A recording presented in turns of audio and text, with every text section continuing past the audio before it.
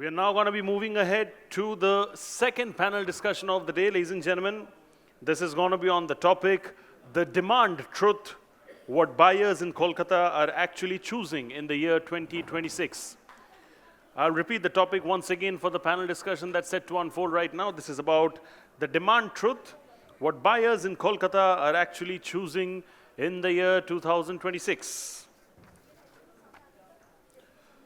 So what I'll do is, I'll need 6 chairs on stage. Thank you so much. मैं हमारे videographer का भी approval ले लेता हूँ वहाँ पे he has the frame correct, right? Sir बीच में है ये? थोड़ा और इस तरफ? हाँ? You're swinging left in Bengal, I see.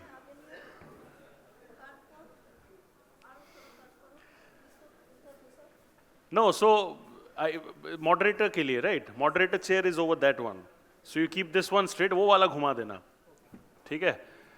As of now, घुमाना बाद में कर लेंगे, थोड़ा जल्दी करते हैं because मेरे brothers, let's do a little faster because we have to go on with the sessions. Thank you. Ladies and gentlemen, we are honoring and acknowledging the efforts of the speakers. Can we acknowledge these young men as well over there who are helping us put this thing together?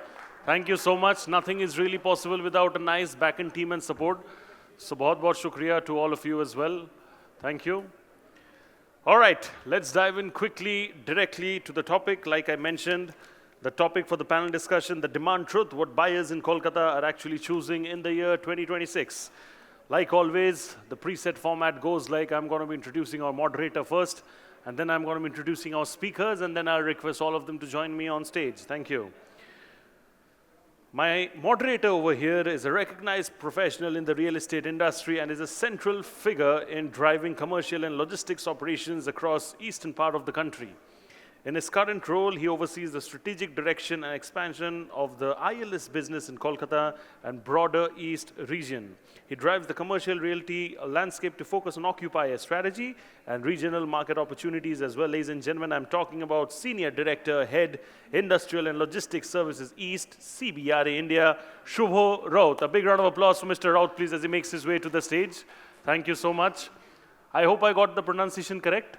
Arey, thank you so much. Shukriya. Thank you so much. Let's clap it up a little louder for him, please, Mr. Routh. Thank you. That's our honorable moderator. Sir, you can take your seat as I call the others. My first speaker over here in alphabetical order with almost 20 years of rich, very rich real estate experience. He heads Simplexinfra Technopark LLP, which is a part of the Simplexinfra group. The group forayed in the real estate business in the year 2010 and has delivered numerous residential and commercial projects. It has also diversified into real estate development in Guwahati as well. Ladies and gentlemen, the managing partner, Simplexinfra Technopark LLP, Amit Sarda. Big round of applause for Mr. Sarda, please. Thank you so much. You know, big is not bigging. If I use a Gen Z term, big is not bigging. Can we have big round of applause, please? Yes, thank you. That's how we do it. Thank you, sir, for joining us. My next speaker over here, ladies and gentlemen, he's the promoter and director of Ganesh Complex, Eastern India's largest industrial space provider, and he's an absolute visionary leader who has played a pivotal role in shaping the region's industries, real estate, warehousing landscape. With deep expertise in industrial space investment and a sharp focus on sustainable and scalable growth, he continues to drive strategic development, positioning Ganesh Complex as a preferred destination for high-value investments in industrial space and long-term business expansion as well. Ladies and gentlemen, the promoter and director of Ganesh Complex, Alok Kumar Bajoria ji, please. Big round of applause for Mr. Bajoria. Thank you so much. Kind of you to be with us over here. My next speaker over here, ladies and gentlemen, established his architectural firm, Agrawal and Agrawal, in the year 1988. After the modest beginning, the firm grew to become well-established and a reputed firm of Eastern India, which has now designed various prestigious projects in more than 12 states, completing more than 800 projects of various use groups of all scale and nature. The numbers are talking for itself. Several projects designed by the firm are now widely considered as landmarks of Kolkata. And of course, landmarks of Kolkata contribute karne ke liye landmark personality himself, the director and principal architect, Agrawal and Agrawal Architects, JP Agrawal ji. Can we have a big round of applause for JP Agrawal ji? बहुत बहुत शुक्रिया sir. आने के लिए यहाँ पे, it's our pleasure and honor that you're here with us.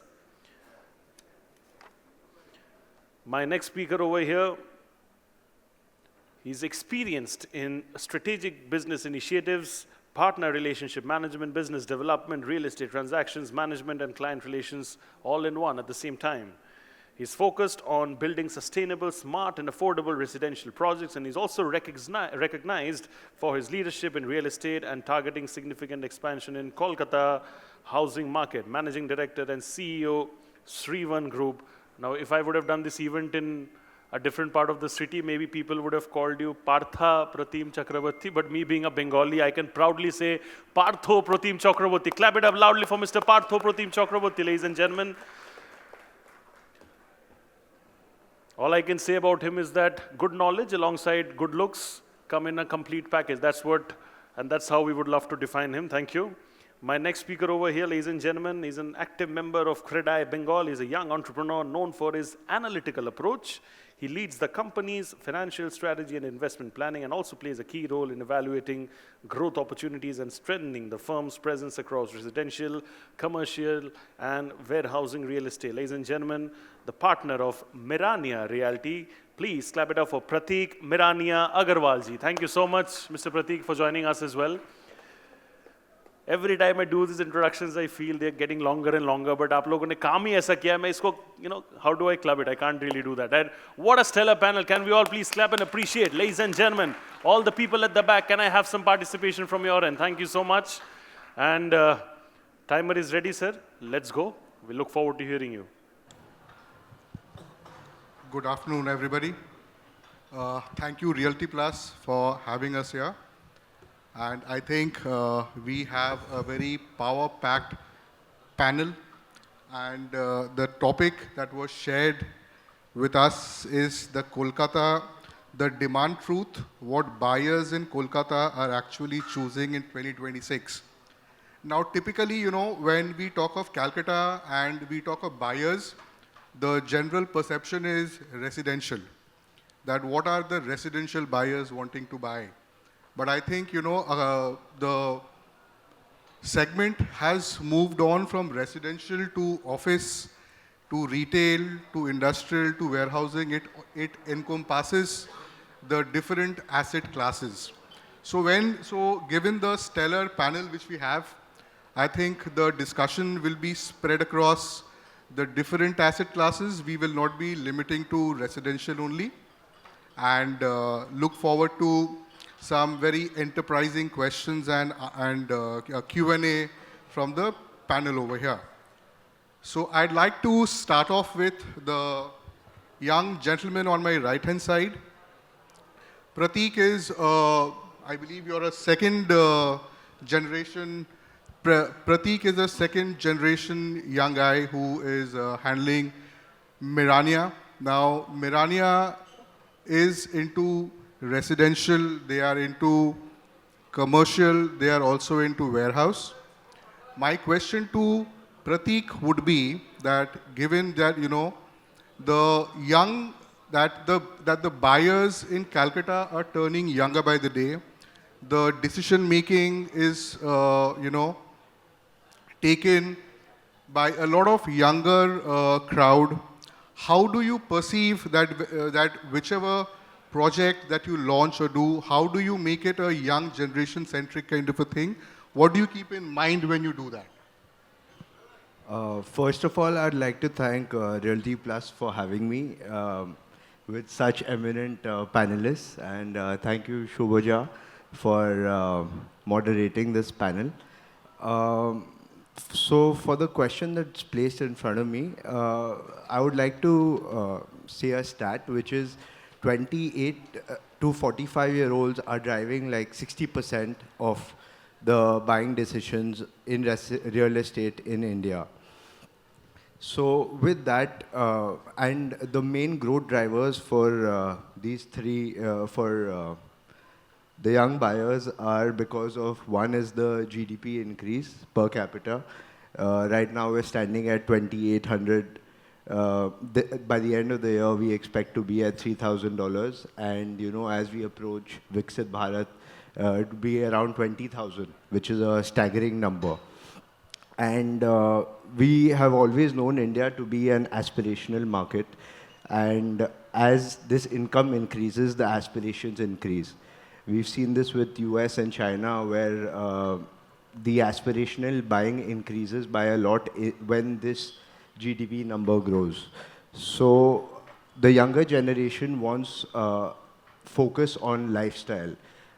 Their main approach is a great gym and wellness facilities. And it's not just gyms, it's about, different types of uh, gyms that we can provide, like outdoor and indoor and for different movements. The second part would be efficiency.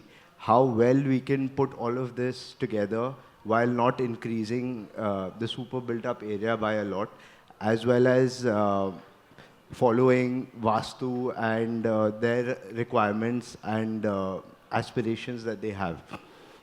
And the third point of this would be location. With increasing traffic, more and more, more and more of these consumers want to stay nearer to where their work is so that they can allow for more family time and more discretionary time than they would earlier. So, yeah.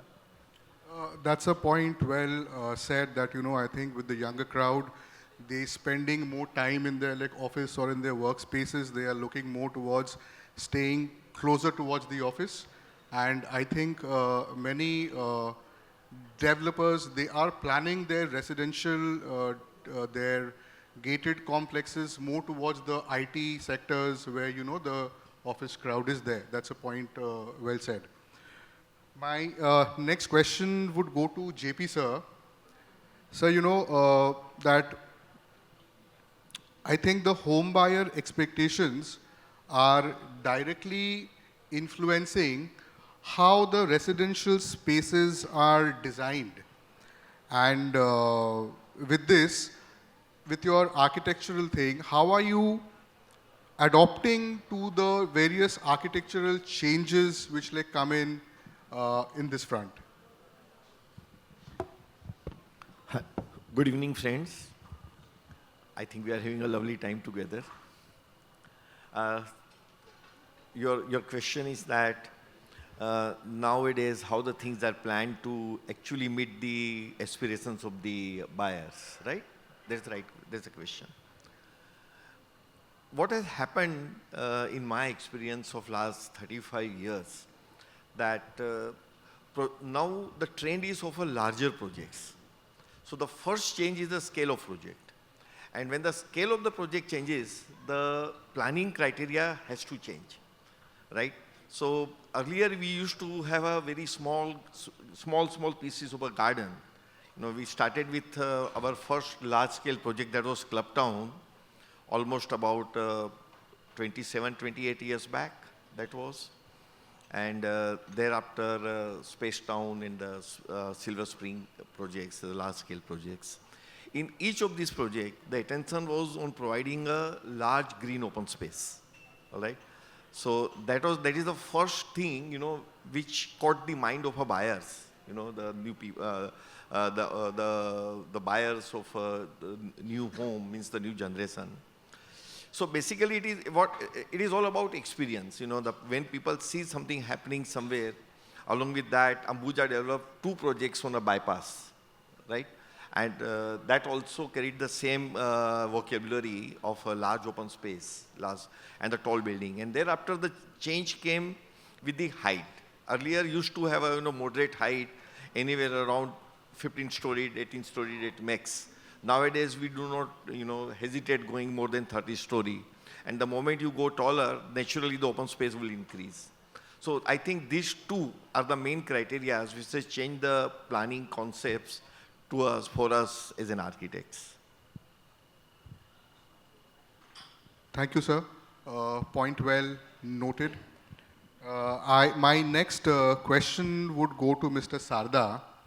That's, now we'll just change gears a little. So, to the larger frame over here, I think the previous year, Kolkata office leasing market, it did about 2 million square foot of about net lease That is a quantum jump from every year what used to happen. With that, we have seen that the available stock of office spaces in the micro markets of Sector 5 and Newtown is almost exhausted. You know, there's hardly any ready stock which is there available. There are a few constructions which are happening, which are scheduled for a handover later this year, maybe Q4 26 or maybe Q1 27. We've also seen that, you know, in the recent past, there has been a lot of interest from the global GCCs, from tech-enabled companies who are actively taking up space in Calcutta. And behind that, we have seen that, you know, the trend in Calcutta is that, you know, there is a sense of like strata sales. When a building is being constructed, there is a strata sales which happen where investors are buying, and then later those are leased out to these clients. So there's an active set of investors who are now, you know, more focused towards the office segment, which they were not till some time back. So when these kind of investors or buyers, what should they look forward to in an office building which they think will be a differentiator for the end user, which is an end client who will take the space on lease? I'll just tell you what has happened in Calcutta is the resi prices of the same location have always outpriced the commercial prices, because of which we've never seen any A-grade building coming in where there's no restriction on land use. So normally offices are only built where there's a land use restriction. Hence in Sector 5 you have better quality offices where you can only make commercial offices. As such, while we are making commercial offices, if we were allowed to make residential, it would fetch a much better price at the same location. This is something which is very, typical to Calcutta. You don't have a similar scenario in other metros.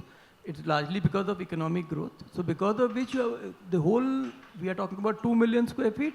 In Hyderabad, we talk about 46 million, 45 million, so which is a new kid on the block. It is not somebody who has a big history of being present in commercial market or in IT market. So the whole scale is very different out there. So that is one part, and whenever the whole market is very shallow, you will have a time when you will have no stocks and suddenly you will have a lot of surplus stocks because the absorption is a very minimal amount. Now when we come into the aspiration of a buyer for a commercial building, one of the biggest aspirations in Calcutta is car park. Today we've come to a level where many offices are equivalent to the price of 2 cars in Calcutta. If you're talking about any of the big cars, you're talking about 1.5 crores, 2 crores, and that is the price of an office that somebody buys. And nobody, if you're in the other part of the city or the older part of the city, there's a very strong chance of your car getting damaged while you're parking it here and there. So car park is something, and as the youth is coming into business, nobody wants to go into old lanes where getting in, walking to office, buildings without lifts, half the time when you got wires hanging. Nobody wants to go into these offices. So we need neater offices. Beyond that, we also try to put in a gym and other facilities into an office. They also look at a neighborhood where you get a lot of quality restaurants and nightclubs. So then after 6:30, you can actually go somewhere. One of the biggest examples is Cyber Hub in Delhi. Having a place built next to your commercial complex which runs only on restaurants. You got about 50, 55 restaurants, and Cyber Hub is the only restaurant which is busy from 6:30 to 8:30 and vacant after 8:30. Very unlike what other restaurants, peaking time in other restaurants. So I personally think is that obviously as in residential, we are upgrading the skills and the availability. Similar kind of things are required in your commercial building also. The requirements may be slightly different. Yeah. Thank you, Amit ji.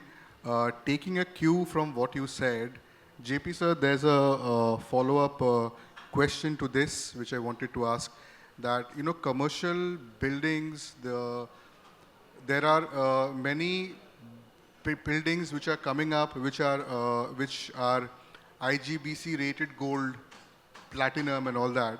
Now when a strata sales, when an investor is buying that, how much of importance does it make to him? Does it really affect the decision making of that end user client that the building is rated a platinum or gold, or are they even aware that, you know, what benefits at the end of the day the end use, the client they get out of it?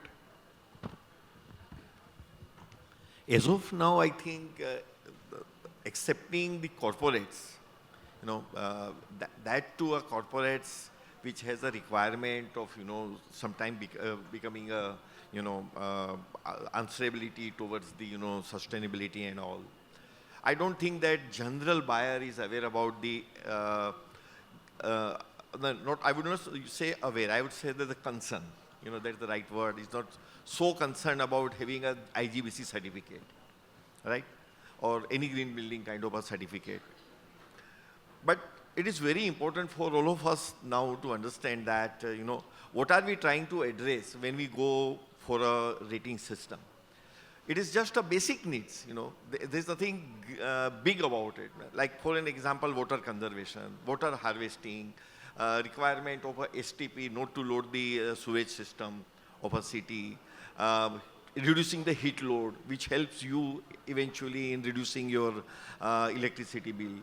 So I think these are the very basics, you know, recycle and recyclable materials. So to add to that, there is then ESG, carbon neutral, and all those factors, which I don't think strata buyer DRE is aware of. I'm not going that theoretical. I'm talking basics in your life, you know. These are the basics that affects your day-to-day life. Okay. So if at all we are aware about it and we want to maintain it, then probably, you know, that awareness, if not today, but tomorrow it has to come. And there has to be a, you know, beginning somewhere. So it is very good that, you know, we at least propagate this thing in the mind of a layman. Thank you so much, sir, for your insights. My next question is for Alok ji. You coming from the industrial and the warehousing background, and, you know, in the recent past, we've seen there is an uptick in the supply, in the consumption of quality grade A warehouses, as well as industrial parks. What is it that you think a developer like you really needs to offer an end client which sets them apart from what is generally there in the market? Hi, Shubho. Hi, Realty Plus. Thank you for calling me. Generally, people don't call people who are in warehouse for realty, but thank you for having me here. So my point about, like, earlier we used to have warehouse, right? A warehouse is not a new thing. But earlier we used to have like little on a tighter road, and the height of the warehouse were low, and people used to store goods, and there was not multiple uses other than storing goods in the warehouse. But right now it's a supply chain hub. Like, you have to have the goods on time, let's say in 10 minutes, but I'm not talking about the warehouses which are outside the city, but which are in the city. You have to have like very conveniently and very accessible for the people who are like taking out the goods. Similarly, the warehouses which are outside the city, they needs like proper infrastructure, proper licenses and everything, so that people who are like operating it should not be incurring much cost on using it. Let's say there are two costs to it. One cost is the rental. So rental, if I come to the rental earlier we used to talk SFT, like how many square feet of warehouse it is. Because the heights were low, people did not use rakes. So you have to like store like, let's say 5 feet, 6 feet, that's it. But now, because of so much automation, rakes and all, so people now can keep up to like 40 feet. So if people keep up to 40 feet, you understand that the warehouse right now, we don't talk on SFT, we talk on CFT. So how much volumes we can adjust in that warehouse. And on that, let's say somebody has taken, let's say 100,000 square feet, 1 lakh square feet का किसी ने warehouse लिया. So earlier he has to put managers and everything for 1 lakh square feet, and he will just store up to 6 feet. Now he's storing up to like 40 feet. So now he needs more road, more infrastructure, more drainage system, more compliances, because the goods are now stored more tightly. But the working is very efficient. So that's how people now has to offer very good infrastructure for the warehouse or even the industries. I think what you said is right, and also, since these clients, they are spread across different cities, they are very much exposed to what kind of, facilities, world-class these facilities which they get in the other cities, and their aspirational value has gone up so much more that they want the similar kind of thing in Calcutta also. Correct. Just a minute. Other than that, it is also cost efficient, not just to rent the place, but to run the place. So if you have good place, you are cost efficient also. Absolutely right. Absolutely.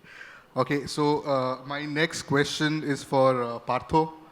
Partho, so it was quite interesting to know that you are in the real estate sector. It's been about 10 odd years. Your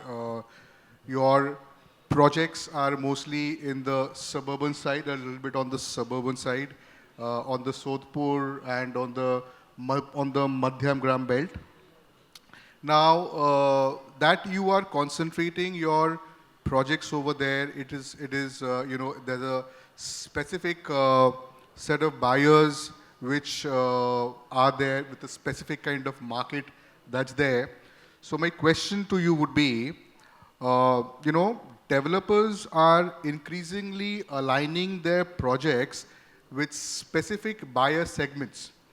How are you calibrating your projects for these kind of end-use buyers who are there?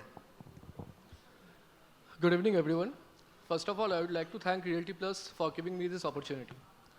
So, moving forward to the topic, the buyers in 2026 have gradually evolved. Like previously, what used to be in the generation of my father, I used to hear over here that they used to talk regarding buying a property. They used to say that we should buy in a pada, we should live in a pada, a neighborhood. That was their piece of peace. But nowadays, the mentality of the buyers have evolved. Today, buyers have a very specific mindset. These are not the buyers or the budget buyers, I must say, that used to be 5 years ago. Today, the buyers are actually looking, especially in the suburbs, as most of the projects are in the suburbs, they are actually looking for a sanctuary. These buyers are those who are coming from far districts for their livelihood, for their work in Kolkata and suburbs. And the suburban apartments coming in a mid-size price segment that fits their pocket. So they are actually looking for a sanctuary. They deal with the daily chaos in the city during the commute. So when they come back home, they actually don't want a home. They want a retreat for them. It should be a field of a calmness of a greenery and also a premiumness of a gated living, a gated community. So today's buyers are not looking just for a roof over their head. They frequently ask what you are getting, what you are giving more, what more you are adding to the project. So our mission, or personally for dealing with various customers at Sreeven Group, what I have felt is that once you give a buyer a luxury upgrade at the pocket pinch or the pocket reach of their salary, or that is fits within the sweet tooth of their budget. So that gives a lot, that gives them a position, a chance to think, to get into it. Sure, you're absolutely right. And what we were discussing backstage, I think it's not only, that these kind of buyers, they are not looking at a house to stay in. I think they are also looking at, with the house, what other benefits do they get? Do they get a swimming pool? Do they get a gym? And what other like facilities are there in the price range that they are looking at? Am I right? Exactly. Thank you. My next question is for Pratik. Developers, are experimenting with a lot of new age marketing tools. with there's a lot of there's the segment where a lot of young buyers are influencing sales. What kind of marketing tools do you use or do you use to lure in this kind of a crowd? So, firstly, I'd like to point out that buyers are sick of, the glossy marketing and showing off the project facade. I think it has come down a lot to the brand being authentic and positioning themselves as, raw. Uh, in terms of how we see customer testimonials doing very well as a marketing tool. And that is what is the future, I would say, because customers would rather hear it from people who are buying into the project as to what is good and what is bad versus from the developer's mouth. Secondly, I think the biggest shift that we see is the movement from statics and videos to now vertical, which we call reels. And the attention span of humans in general, I think, is now down to about 48 seconds. And 70% of YouTube is now viewed on mobile devices. So that, I feel, is the next growth lever for marketing in general. And in specific, I feel like the buyers crave regional languages. The video should be more in regional languages than in English. There is a huge untapped potential for that. About 60% of the content watchers prefer watching in their regional language as compared to English or Hindi. And the third aspect is influencers. I feel like they are, in general, in India, influencers are really picking up as consumption grows. And influencers, especially Bengali influencers, would be a great marketing tool moving forward. So in the age of Insta and Facebook, you think these are a viable tool to reach out to the young crowd? Do they actually, like we say, hook, line, and sinker? Does it actually happen from the time they see your ad and they actually go and buy from you? Yeah, so I don't necessarily mean it has to be an ad. It can be like, an engagement video which talks about your project while highlighting some other aspect of that influencer. I think that does really well as compared to just like, the influencer standing in your project and showcasing all the amenities and so anything which doesn't seem very natural is not going to do well, and then anything which seems more natural and just like subtly put in there is going to boom. Sure. Thank you so much. My next question is for JP sir. Sir, over the last few years, we've seen there's a visible shift in the kind of the apartment sizes which are there now. Even till about, 5 years back, about pre-pandemic, if I may say, the apartment sizes were of a typical size where, a 3 BHK would also be at a 1,000 square foot, whereas, we had less of the 4, 5 BHKs which were there prior to that time. Now, post-pandemic, sir, we see, the layouts have changed, the size has changed and all that. Keeping in mind the aspirations of the buyers that are there, how do you plan the maximum usage of space? And now that the minimum size has also like gone up, so how do you plan the maximum usage of space? There is no doubt that now there is a demand of a slightly larger flat. Eventually, everything boils down to affordability. If at all somebody is aspiring to have a 3 BHK flat, Earlier, he was satisfied with 1100 square feet. But today, if he cannot afford 1600 square feet, what one will do? So, वो बोलेगा चलो ठीक है 1200 तक तो ले लो यार. So that much change has come. There is no C change in the size, A. B, about the 3 BHK to 4 BHK shift. The shift has come toward the 4 BHK for the extra utility, and for that I think one of the reason is the work from home culture. Now work from home culture is increasing. People want to have one study room. For entertainment, one used to have a den now. So even if in lot many flats, 4 BHK is taken not because the family is bigger. The 4 BHK is taken for the lifestyle requirement, like a den and all of the study room, the children's study room, etc., etc. So I think there is a shift. We must notice that there is a shift in a lifestyle. And as long as utility is concerned in the planning, I would say that, every architect has to pay attention on the sizes that, one can plan with a minimum of a covered area or a carpet area. I cannot stretch it beyond the limit, but I should not waste it in the passages, inside the flat. So the layout has to be efficient, furniture efficient. The door should not come into a location where the furniture has to be placed. So the good planning would eventually give you a better utility in a less space, no doubt on that. Sure, sir. Absolutely. My next question would be directed towards Mr. Sarda. Sir, here I would like to take your thoughts on that for any developer, branding and marketing is essential to sales.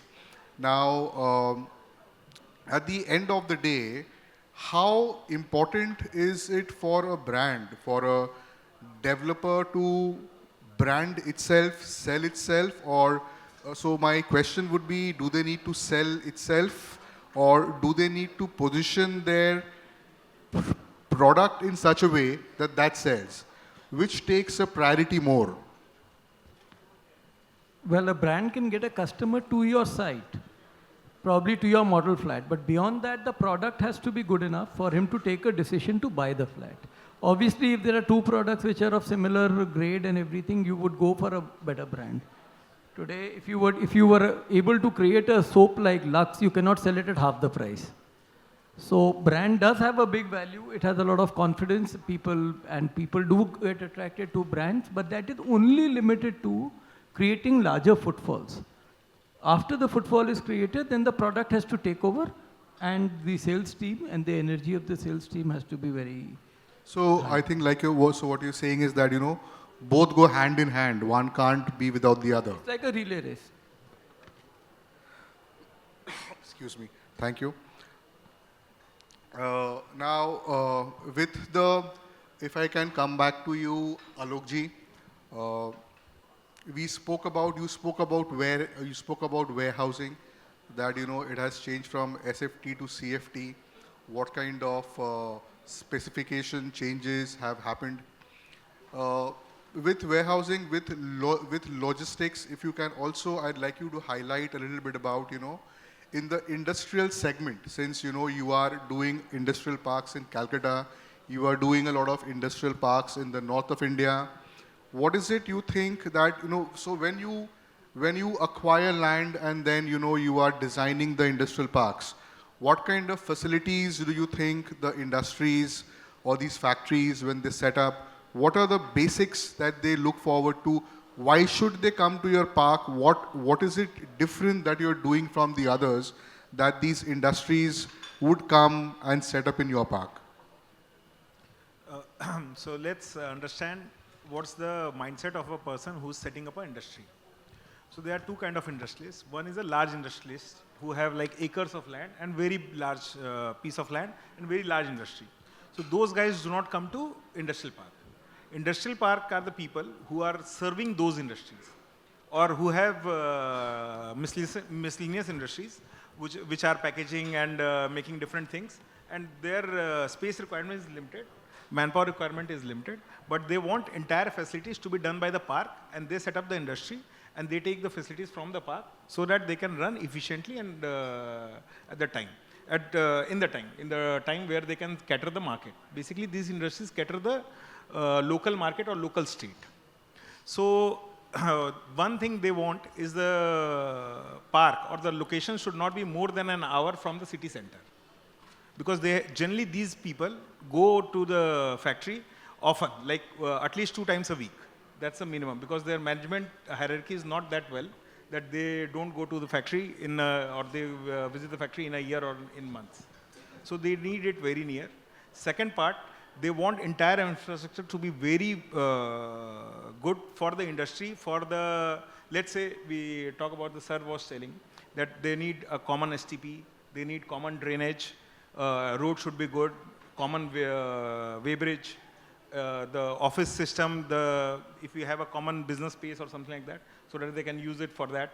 And then the common place for some restaurants, some people can eat, and labor to stay, they need nearby dormitories, nearby office centers, like people can live also, the higher grade staff can also live nearby, so the apartments or something should be there nearby. So these are the basic parameters they need. Then saying that the prices of industrial park or the land should not be very high, so that their industries will become unviable. So that is like catch-22 thing. You have to be near to the city also, and very price effective also. So all in all, you know, your park has to be very attractive in terms of, you know, the location where you are in, what kind of facilities you are like offering and all that. You know, but also something, if we take a note that industrial park is something where, you know, factories are set up, there are a lot of norms which we need to keep in mind, lot of approvals which are there, which are generally not there in residential, in commercial, in retail. How do you take care of all that? So generally when we plan an industrial park, so we think that one is the water wastage, one is air pollution, and one is other norms like factory licenses, conversion of land, mutation, and a lot of other things which require, like let's say if you want to set up an industry in India, you need at least 30-40 licenses in total. So once there is an industrial park, so major work has been done by the industrial park itself. That is one thing. After saying that, after that, once you set up the industry, you again go for your individual license. But once it is in a park, so everybody is around it, knows that this park is set up and it has got a common facility or something like that. So the approvals and things are becoming easy for people who are setting up industries in industrial park. And the cost to get those licenses is also easy, because there is a pattern to it. If an industrial park is there, there are many industries, so there is a pattern. Let's say we go to a pollution department. So they know this industrial park can cater a red category. So there is not much asking or much about the surroundings, people, who is the school, where is the school nearby, where are the things nearby. They know that this park is there. They have done it for one, they have done it for all. So it's like. Thank you so much for your insights. My next question is for Partha.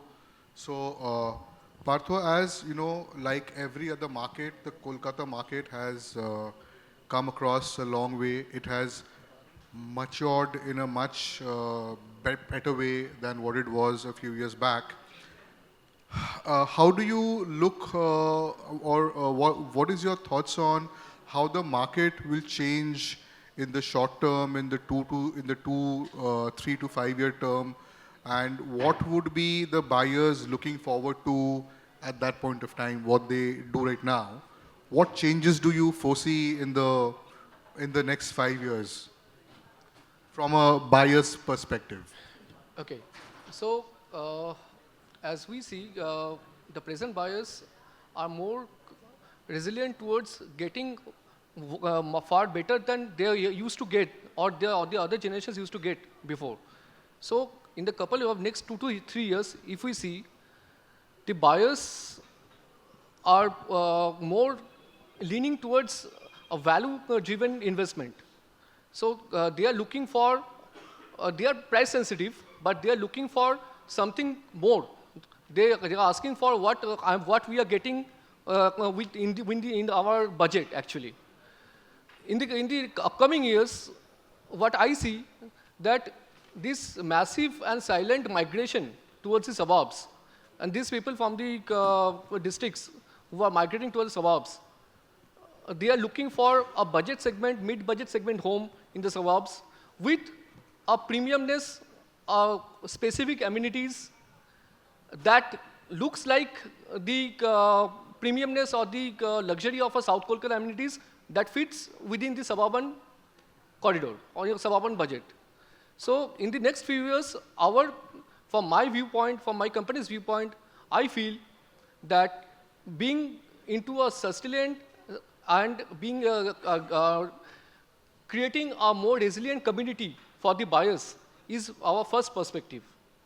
There will be a more leaning towards the greenery that we see. It's already there in Kolkata and suburbs, but that won't be a buzzword. That will be something that should create an impact for the developers also, from the developers' viewpoint, so that they can actually give the required amenities, the required necessities to the buyer at their pocket pinch. What I think is that the city has really expanded. The city is really expanding very, very fast. What we call suburbs now, with the support of infrastructure, with the support of public transport, the city will only be expanding further.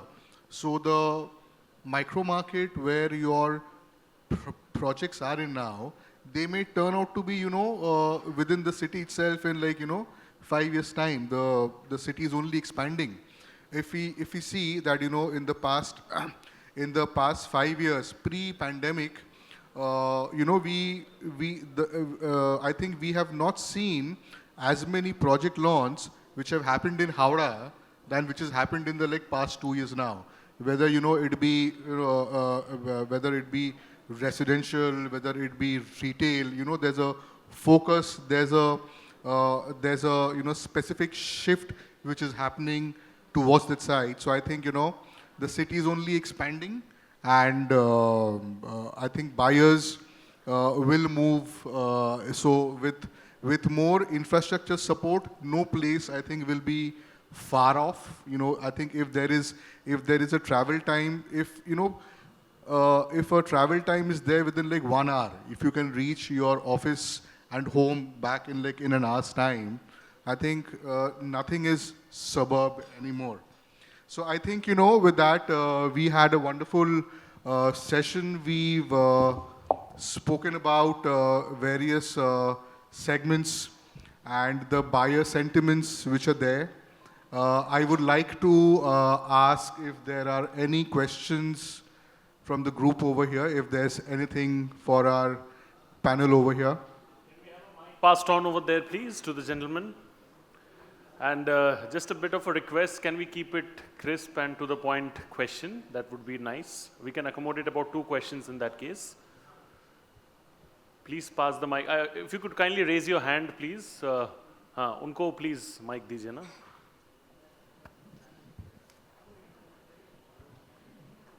Hello, my name is Anirban Basu and I am a property developer in Bagnan. So we are developing a gated housing society in Bagnan. So what I am doing over there is that I am the first one who's actually providing swimming pool and other amenities. Before me, none other did that. So what I was observing is that places like this, they have immense potential. I am getting a very good booking over there. My price range is very low. But even then, what I was saying is that the city, as you already mentioned, is expanding, but not necessarily it will expand thoroughly. Like there are pockets between Howrah and Bagnan which may not develop like that, like the way Bagnan is developing. So my point is, why don't we expand in places like Bagnan, Kolaghat, like this, where bigger developers like you can come in and fill the space that we can't fill. Thank you. Could you please direct whom your question is to? I would like to ask this question to Partha Babu. Okay. Thank you. So as you were talking about the towns or the micro cities like Bagnan, I want to say of a town that is Mecheda. There is a massive development in Mecheda also. That is near to Bagnan, I guess. So I was associated with one project. It was a housing project in Mecheda. And that was in the year 2016-17. The project started in 2015. I was not directly associated as a developer, but I was associated with some other people directly with the developer company as a consultant and all. What I have seen is that I went there for 2 to 3 years, from 2016 to 2018. I used to go once or twice in a month. And next I went in 2021 end or 2022 after post-COVID. What I saw was that the 6 to 7 years gap in Mecheda, there was a massive development because of 1 or 2 township projects or the mini township projects that came over there. So what you are saying is that for creating a development in a particular zone where there is a huge gap in between, like from Howrah to Bagnan, there need to be some planned gated township that creates the development of small standalone gated communities, small standalone gated apartments also. You're right, sir, because in the last year itself, there were 10 shopping malls that got inaugurated, and Sri Leathers and Bata and Royal Enfield, everything has came in, and that too in the last year itself. So we are experiencing a massive development over there.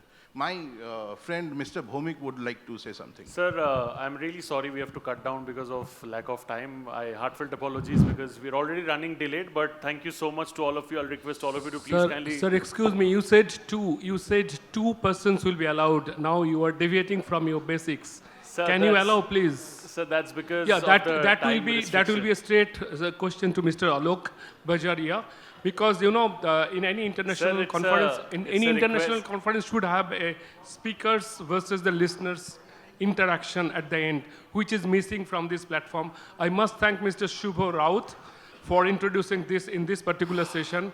I spent 28 years in Middle East, Dubai, Abu Dhabi, and Qatar, and in London as well.